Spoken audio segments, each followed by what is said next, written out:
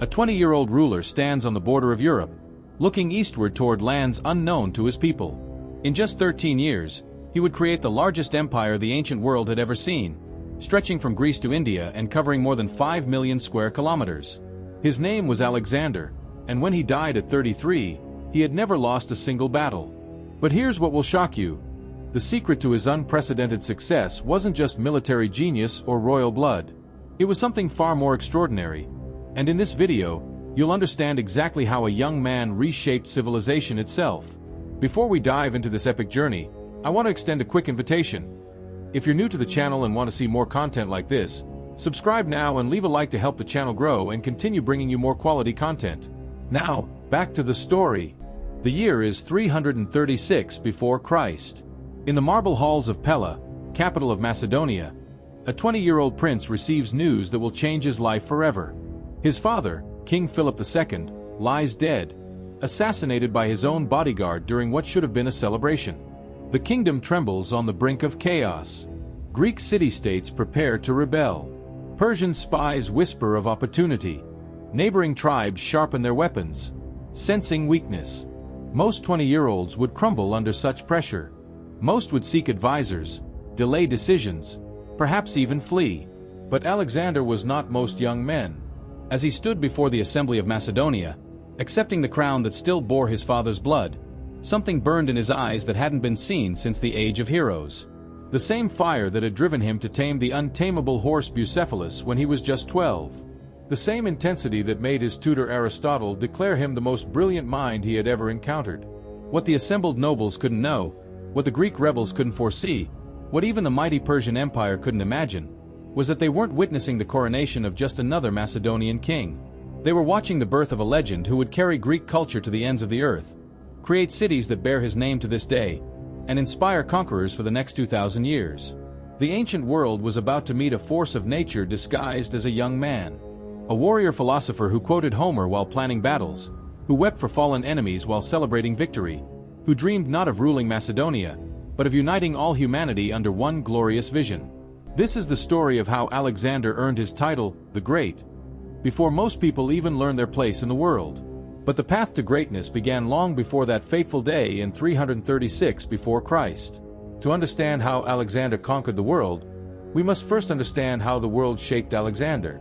But to understand how this 20-year-old achieved the impossible, we must journey back to the rugged mountains of Macedonia, where a boy destined for greatness was forged by the most extraordinary education any prince had ever received. The kingdom of Macedonia in 356 before Christ was a realm caught between worlds. Nestled in the mountainous north of Greece, it was dismissed by the sophisticated city-states of Athens and Sparta as a barbaric backwater. The Macedonians spoke Greek, but their accent was thick and strange to southern ears. They worshipped the same gods, but with a wildness that made civilized Greeks uncomfortable. They were warriors first, philosophers second, and this distinction would prove crucial to their destiny. Into this rugged land was born Alexander, son of King Philip II and Queen Olympias of Epirus. The very night of his birth, lightning struck the temple of Artemis at Ephesus, one of the 7 wonders of the world. Oracle readers whispered that the goddess of the hunt had abandoned her sacred home to attend the birth of someone destined to hunt down the Persian Empire. Whether divine intervention or mere coincidence, the sign seemed clear from the beginning. Philip II was no ordinary king. He had spent 3 years as a hostage in Thebes during his youth, studying their revolutionary military tactics. When he returned to Macedonia, he transformed his rough mountain warriors into the most formidable fighting force Greece had ever seen. He created the sarissa, an 18-foot spear that could outreach any weapon on the battlefield. He organized his infantry into the famous Macedonian phalanx, an unstoppable wall of bronze and iron that moved like a single, deadly organism. But Philip's greatest innovation wasn't military. It was diplomatic. Instead of simply conquering Greek city-states, he offered them partnership in a grand alliance against Persia. The Persian Empire had invaded Greece twice before, burning Athens and enslaving thousands. Philip promised revenge, glory, and most importantly, the fabulous wealth of Asia. One by one, the Greek cities joined his League of Corinth, until only Sparta held out, proud and isolated in their mountain stronghold. Queen Olympias brought her own brand of intensity to young Alexander's upbringing. A devotee of the mystery cults of Dionysus and the Orphic tradition, She filled the palace with sacred snakes and spoke of dreams where Zeus himself appeared as a serpent of light. She whispered to her son that he was descended from Achilles through her bloodline, and from Heracles through Philip's. More dangerously, she hinted that his true father might be divine, that Zeus had visited her in the form of lightning on the night before Philip discovered her pregnancy. These weren't mere bedtime stories. In a world where the line between myth and reality remained beautifully blurred, such claims carried real political weight. If Alexander truly carried divine blood, it would explain his otherworldly charisma, his uncanny ability to inspire absolute loyalty, and his seemingly supernatural luck in battle. Whether truth or sophisticated propaganda, the legend began to take root in the minds of his followers. At age 13, an event occurred that would become one of the most famous stories in ancient literature. A horse dealer from Thessaly brought King Philip a magnificent black stallion, asking the astronomical price of 13 talents of silver. The horse was beautiful but wild, rearing and striking at anyone who approached. Philip's horsemen declared it untamable and worthless. As the king prepared to send the dealer away, young Alexander stepped forward. He had been watching the horse carefully and noticed something the adults had missed. The stallion was afraid of its own shadow, shying away whenever the shadow moved. Alexander calmly approached the horse, turned it toward the sun so its shadow fell behind it, then vaulted onto its back in one fluid motion. The crowd gasped as boy and horse became one, galloping across the field in perfect harmony. Philip wept with pride and immediately purchased the horse. Alexander named it Bucephalus, and it would carry him across 3 continents. Philip recognized that his son needed an education worthy of his destiny. In 343 before Christ, he summoned the greatest philosopher of the age, Aristotle, student of Plato, student of Socrates. For 3 years, in the gardens of Mysa, Aristotle shared with Alexander the sum of human knowledge as it existed in the 4th century before Christ. They discussed ethics and politics, biology and medicine, astronomy and physics. But most importantly for Alexander's future, they spent countless hours analyzing Homer's Iliad. The Iliad wasn't just literature to Alexander. It was a manual for living. He identified completely with Achilles, the greatest warrior who ever lived, who chose glory over long life, eternal fame over quiet contentment. Alexander slept with a copy of the Iliad under his pillow, annotated in Aristotle's own hand. He dreamed of matching Achilles' deeds, of earning his own place in the songs that would be sung 1,000 years hence. Aristotle also introduced Alexander to the concept of the cosmopolitan, the citizen of the world. Unlike most Greeks who saw non-Greeks as barbarians destined for slavery, Aristotle taught that all humans shared fundamental qualities. Virtue could be found among Persians as easily as Greeks, wisdom among Egyptians as readily as Athenians. This radical idea would later influence Alexander's vision of a unified world where Greek culture blended with local traditions rather than simply crushing them. By 340 before Christ, 16-year-old Alexander was ready for his first taste of real responsibility. Philip appointed him regent of Macedonia while the king campaigned in Byzantium. During his regency, a Thracian tribe called the Mede rebelled against Macedonian authority. Instead of waiting for his father's return, Alexander gathered a force and marched north. He crushed the rebellion, founded a city on the site of their stronghold, and named it Alexandropolis, his first city, but far from his last. 2 years later, at the Battle of Kyrenia, Alexander commanded the left wing of the Macedonian army as they faced a desperate alliance of Athens and Thebes. The 18-year-old prince led the decisive cavalry charge that shattered the sacred band of Thebes, the elite unit that had never been defeated in battle. 300 pairs of lovers, bound by sacred oaths and romantic devotion, died fighting to the last man. Alexander reportedly wept when he saw their bodies, recognizing the courage it took to stand against impossible odds. The victory at Kyrenia made Philip master of Greece, but it also created a dangerous rift in the royal family. Olympias had always been jealous and suspicious, and Philip's decision to take a 7th wife, a young Macedonian noblewoman named Cleopatra Eurydice, pushed her over the edge. At the wedding feast, Cleopatra's uncle drunkenly toasted the hope that this marriage would produce a legitimate heir to the throne. Alexander threw his wine cup at the man and shouted, "What am I then, you dog? A bastard!" Philip rose, drew his sword, and staggered toward his son, but tripped over his own feet in his drunken fury. Alexander looked down at his father and said coldly, "Here is the man who would cross from Europe to Asia, yet he cannot cross from one couch to another." Then he helped his mother pack her belongings, and together they fled to Epirus, leaving Philip to contemplate the cost of his political marriage. The reconciliation came months later when a mutual friend convinced both sides that their conflict only served their enemies. Alexander returned to Pella, but the damage was done. Trust between father and son had cracked, and Olympias nursed her wounded pride like a sacred flame. The stage was set for tragedy. But what none of them could foresee was that fate was about to intervene in the most dramatic way possible, transforming a family feud into the catalyst for the greatest adventure in ancient history. But what no one expected was that a single blade in the darkness would shatter the careful plans of years and thrust a 20-year-old into the greatest challenge any ruler had ever faced. The summer of 336 before Christ began with celebration. Philip II had arranged the marriage of his daughter Cleopatra to King Alexander of Epirus, Olympias' brother. The ceremony would cement the reconciliation between the royal family and demonstrate Macedonian unity to the world. Delegates from across Greece gathered in Aegae, the ancient capital, to witness what promised to be the most magnificent festival in living memory. The theater filled with thousands as the morning sun cast long shadows across the marble seats. Philip had planned every detail to showcase Macedonian power and Greek unity. Statues of the 12 Olympian gods were carried in procession, and beside them, incredibly, a 13th statue. Philip himself, claiming equality with the divine. The crowd murmured at this audacious display, but no one dared object to the conqueror of Greece. Philip entered the theater wearing a simple white cloak, deliberately walking without his usual bodyguard to show his confidence and trust in his people's loyalty. Behind him walked the two Alexanders, his son and his new son-in-law, while the assembled nobility rose in thunderous applause. For a moment, it seemed as though Philip had achieved everything he dreamed. Greece united, his family reconciled, and the Persian expedition about to begin. Then a figure stepped from the shadows. Pausanias of Orestes had once been Philip's beloved companion, but their relationship had soured into bitter hatred. The exact reasons remain lost to history, but ancient sources hint at personal betrayal, public humiliation, and Philip's refusal to grant justice for some terrible wrong. What matters is that Pausanias carried in his heart a wound that could only be healed by blood.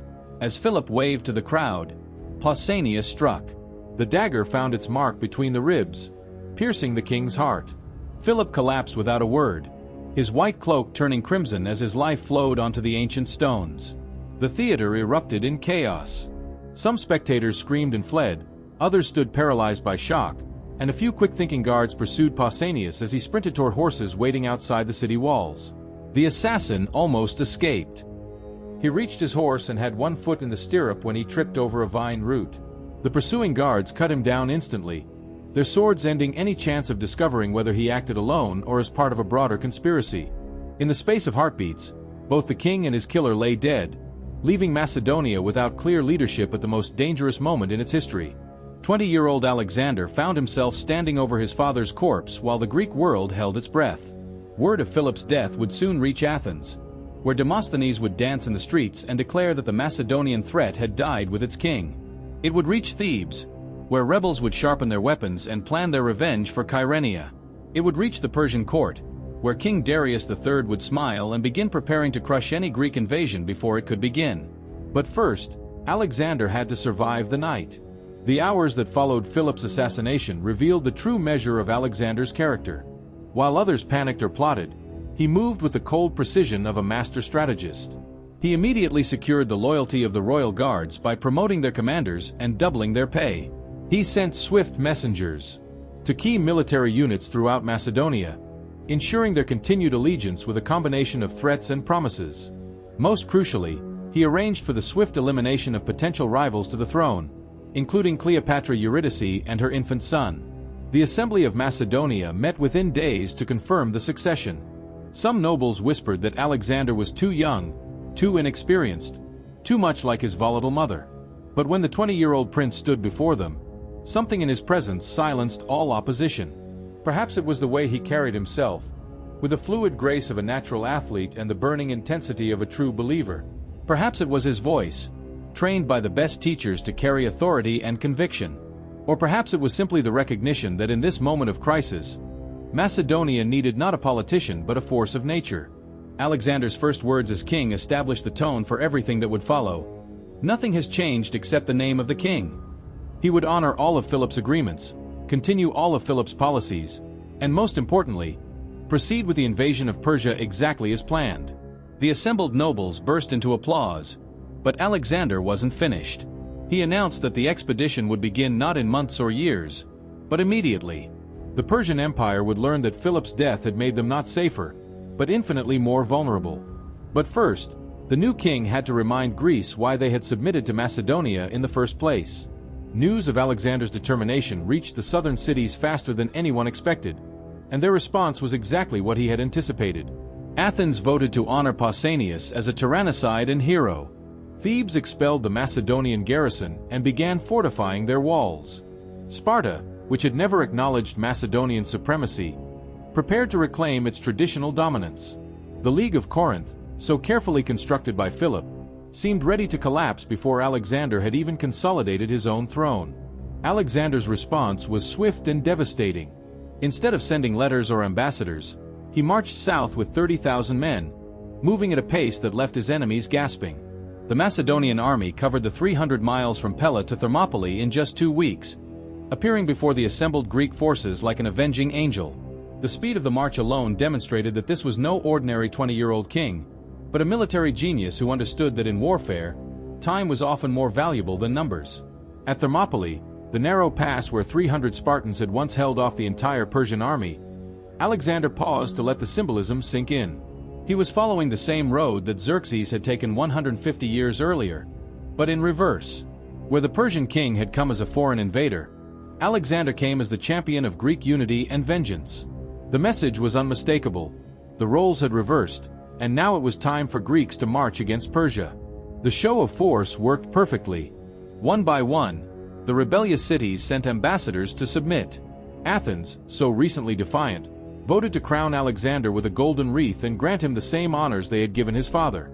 The Amphictyonic League, guardians of the sacred shrine at Delphi, declared him the rightful leader of the war against Persia. Only Sparta maintained its stubborn independence, but isolated and outnumbered, they posed no immediate threat. But while Alexander celebrated his diplomatic victory in southern Greece, disturbing news arrived from the north. The barbarian tribes beyond the Danube River, hearing of Philip's death and Alexander's absence, had begun raiding Macedonian territory. The Illyrians to the west were massing for invasion. Most dangerously, the Thracian prince Sirmis had seized several strategic positions and declared independence from Macedonian rule. Here was Alexander's first real test as a military commander. Philip had been a master of siege warfare and pitched battles, but he had also been 46 years old with decades of experience. Alexander was 20 leading veteran soldiers who had served his father since before he was born. One mistake, one sign of weakness or inexperience, and the carefully constructed Macedonian Empire would crumble like sand. Alexander made a decision that shocked even his closest advisors. Instead of delegating the northern campaign to experienced generals while he prepared for Persia, he would personally lead the expedition. He would march his army through some of the most dangerous territory in Europe, face enemies who had been fighting in those mountains since before Macedonia existed, and prove to his men that the son was worthy of the father's legacy. The campaign that followed became known as Alexander's Year of Wonders, though it lasted only 7 months. He crossed the Danube on a moonless night, surprising the Gedi tribes so completely that they fled without fighting, convinced that the Macedonians had supernatural powers. He scaled seemingly impossible cliffs to attack the Illyrian stronghold of Pelium, using tactics so innovative that military historians still study them today. He surrounded himself with such an aura of invincibility that enemy tribes began surrendering at the mere news of his approach. But the greatest test was yet to come. While Alexander campaigned in the north, a rumor began spreading through Greece.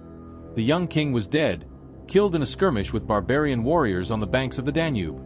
The story was false, probably started by Persian agents hoping to destabilize Macedonia, but it spread with the speed and destructive power of wildfire. In Thebes, the news triggered an explosion of hope and rage that had been building since Kyrenia. The Theban assembly voted for immediate rebellion, slaughtered the small Macedonian garrison, and sent messages throughout Greece calling for a general uprising. Athens wavered, torn between the desire for freedom and fear of Macedonian vengeance. Sparta began mobilizing its army for the first time in decades. The Persian king sent chests of gold to fuel the rebellion, promising that the time of Greek subjugation was finally over. But the rebels had made a fatal miscalculation. Alexander wasn't dead. He was 250 miles north of Thebes with 30,000 battle-tested soldiers and a burning desire to demonstrate the cost of defying Macedonia. What happened next would send shockwaves throughout the ancient world and establish Alexander's reputation as a force of nature who could appear anywhere, anytime, like Zeus hurling thunderbolts from Olympus. The morning mist still clung to the walls of Thebes when Alexander's army appeared on the horizon like a dark storm cloud. The Thebans had expected weeks of warning, time to prepare their defenses and coordinate with potential allies. Instead, they found themselves facing 30,000 Macedonian warriors who had covered 250 miles in just 13 days. The speed was supernatural, impossible, terrifying. Some whispered that Alexander had made a pact with Hermes, god of travelers, to move his army at divine speed. The reality was even more impressive than the myth. Alexander had pushed his men and animals to their absolute limits, sleeping only 4 hours each night, eating while marching, stopping only when necessary. He had turned his army into a living weapon of pure momentum, understanding instinctively that in warfare, the psychological impact of the impossible often mattered more than superior numbers or equipment. As the Macedonian phalanxes formed their battle lines outside Thebes, Alexander faced the most crucial decision of his young reign. Thebes was not just another rebellious city. It was sacred to all Greeks, the birthplace of Dionysus, the city of Oedipus and Antigone. Its destruction would send an unmistakable message to the Greek world, but it would also mark Alexander forever as the destroyer of one of civilization's most ancient treasures. The Theban envoys who approached under a flag of truce found Alexander mounted on Bucephalus, wearing the armor that had belonged to Achilles himself, taken from the temple of Athena at Troy. The 20-year-old king offered them terms that seemed almost generous. Surrender unconditionally, hand over the rebellion's leaders, and Thebes would be spared. The city could continue to exist, its people could keep their homes, and life could return to normal under Macedonian oversight. The Thebans' response revealed the fatal pride that had driven their city for centuries. Their spokesman, an elderly warrior named Phaeonidas, looked up at the young king and delivered words that would echo through history. "We fought at Marathon when your people were still herding goats in the mountains. We stood at Plataea when civilization itself hung in the balance. Thebes does not kneel to children, no matter whose blood runs in their veins." Alexander's face remained perfectly calm as he heard these words, but those who knew him best saw the subtle signs. The tightening around his eyes, the way his hand shifted on Bucephalus' reins, the barely perceptible hardening of his jaw. He had offered mercy and been answered with contempt.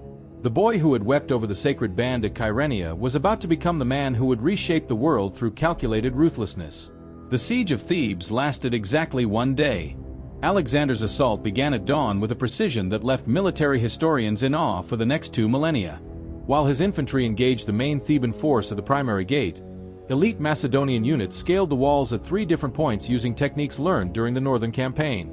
Companion cavalry swept around to block all escape routes. Most brilliantly, Alexander had secretly negotiated with pro-Macedonian factions inside the city, who opened a secondary gate at the crucial moment. By noon, Macedonian soldiers were fighting in the streets of Thebes. By sunset, the city had fallen completely. But Alexander's true genius revealed itself in what happened next. Instead of claiming the victory personally, he handed the decision about Thebes' fate to the League of Corinth, making it technically a Greek decision rather than a Macedonian one. The psychological masterstroke was perfect. Alexander appeared magnanimous while his Greek allies bore the responsibility for what everyone knew was inevitable. The League's verdict was as swift as it was merciless. Thebes would be erased from existence. What followed was one of the most complete destructions in ancient history. The city that had stood for over 1,000 years disappeared in less than a week. Buildings were dismantled stone by stone, their materials sold to pay for the campaign. The population was enslaved and scattered across the Mediterranean. The very ground where Thebes had stood was plowed with salt to ensure nothing would grow there again. Only the house where the poet Pindar had lived was left standing, a tiny island of memory in an ocean of destruction. The psychological impact was exactly what Alexander had calculated. Athens immediately sent ambassadors begging for forgiveness and offering complete submission. Sparta, so recently defiant, sent word that they would not interfere with Macedonian affairs. The smaller Greek cities competed with each other to demonstrate their loyalty to the terrible young king who could erase civilizations in a week. But the most important audience for the destruction of Thebes was not Greek at all. In the Persian court at Persepolis, King Darius III received reports of the city's annihilation with growing unease. His spies had assured him that Alexander was an inexperienced boy who would be consumed by Greek rebellions for years. Instead, This 20-year-old had solved his European problems in 7 months and was now free to turn his attention eastward. The Persian king began to understand that he was facing something entirely unprecedented in the long history of conflicts between Greece and Persia. Previous Greek expeditions had been led by coalitions of city-states, each with their own agendas and limitations. Alexander commanded a unified war machine with a single will driving it forward. The Persians had faced Greek armies before, but they had never faced anything like this. In the spring of 334 before Christ, Alexander finally turned toward Asia. The army that gathered at Amphipolis represented the culmination of everything Philip had dreamed and everything Alexander had perfected. 35,000 infantry, including the elite companion cavalry and the unstoppable Macedonian phalanx. Engineers capable of building siege equipment that could breach any wall. Supply officers who could feed an army while marching through hostile territory. Most importantly, a corps of veterans who had followed Alexander through the northern campaigns and the destruction of Thebes. Men who believed their king was touched by the gods themselves. The crossing of the Hellespont became one of the most symbolic moments in ancient history. Alexander personally steered the lead ship toward the Asian shore, and when they reached the beach where Homer claimed the Greeks had once landed to fight the Trojan War, the young king leaped into the surf wearing full armor. He drove his spear into the sand and declared Asia, spear won land, claiming the entire continent as his prize by right of conquest. But Alexander's first gesture on Asian soil revealed the sophisticated mind behind the warrior facade. He immediately traveled to the ruins of Troy, where he made sacrifices at the tomb of Achilles and exchanged his armor for a shield that was supposedly carried by his hero during the Trojan War. The message to both his own men and his Persian enemies was unmistakable. This was not merely a military expedition but the fulfillment of an epic destiny that stretched back to the Age of Heroes. The first major test came at the Granicus River, where a Persian army waited in a position that should have been impregnable. The Persian commanders, led by Memnon of Rhodes, had chosen their ground carefully. The river was deep and fast-flowing, with steep banks that would force any attacking army to climb uphill under a hail of arrows and javelins. Any sensible general would have found another crossing point or waited for better conditions. Alexander attacked immediately. The Battle of Granicus revealed for the first time the full extent of Alexander's tactical genius. Instead of the expected frontal assault, he began with a feint attack by his left wing, drawing Persian reserves to that sector.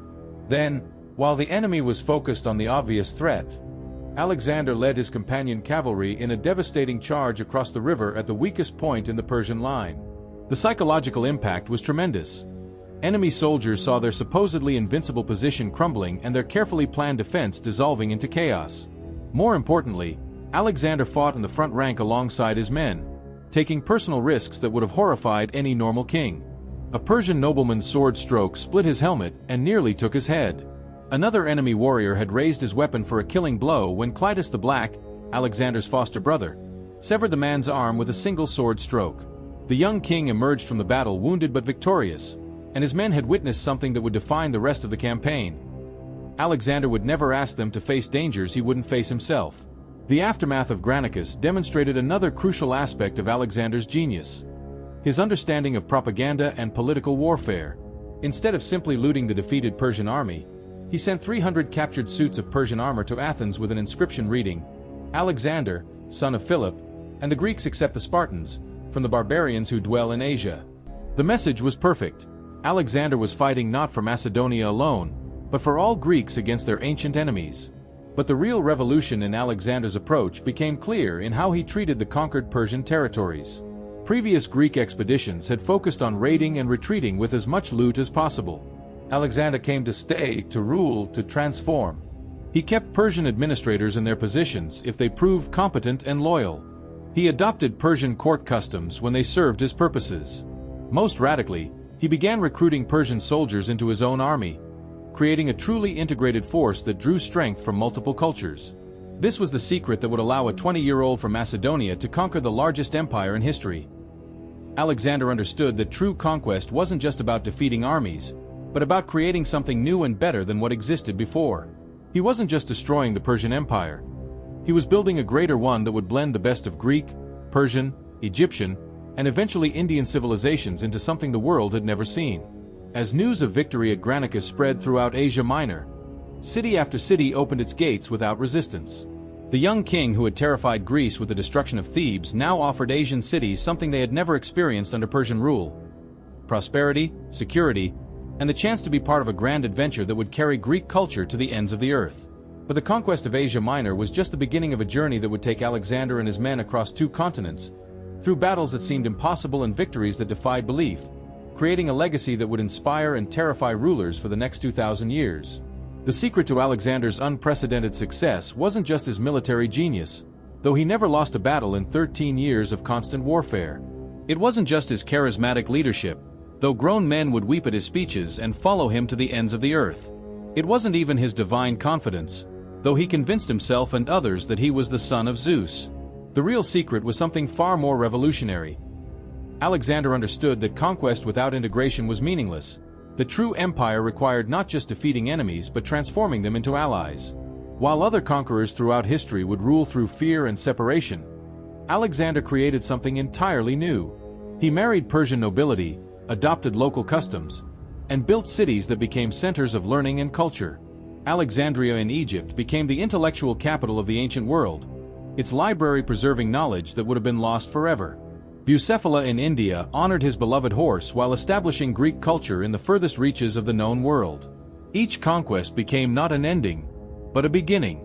The young man who destroyed Thebes to terrify his enemies was the same king who wept for fallen Persian nobles and adopted their orphan children.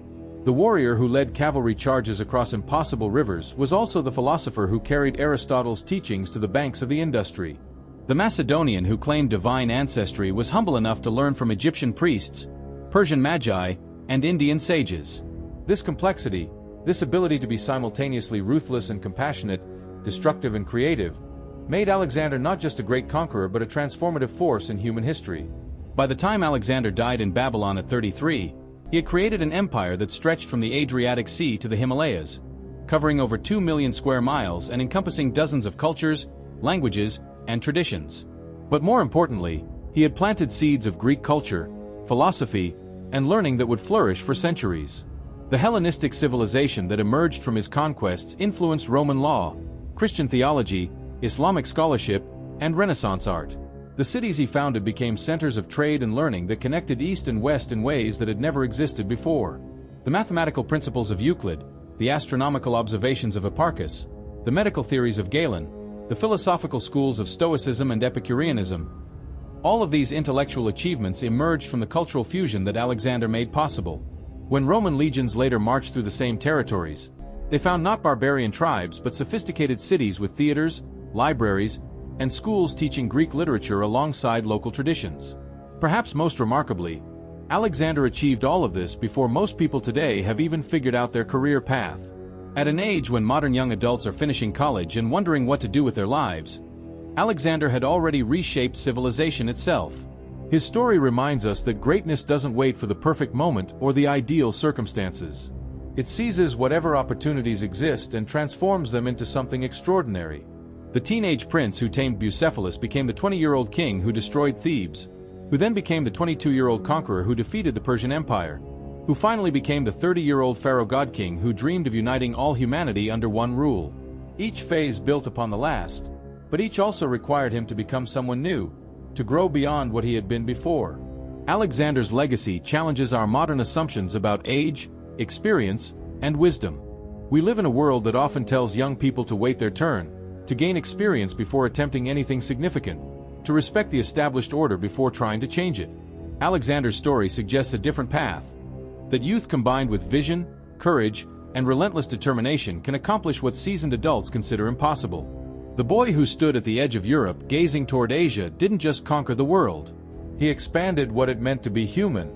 He showed that a single individual, armed with the right combination of ambition, intelligence, and will, could literally reshape the course of civilization. His cities still bear his name, his tactical innovations are still studied in military academies, and his vision of cultural fusion still influences how we think about globalization and international cooperation.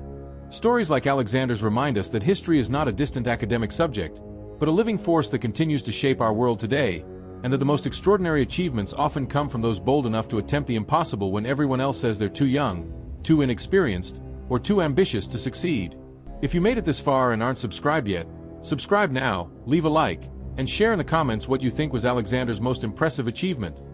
Was it his military genius, his cultural vision, or his ability to inspire absolute loyalty at such a young age. Until the next video.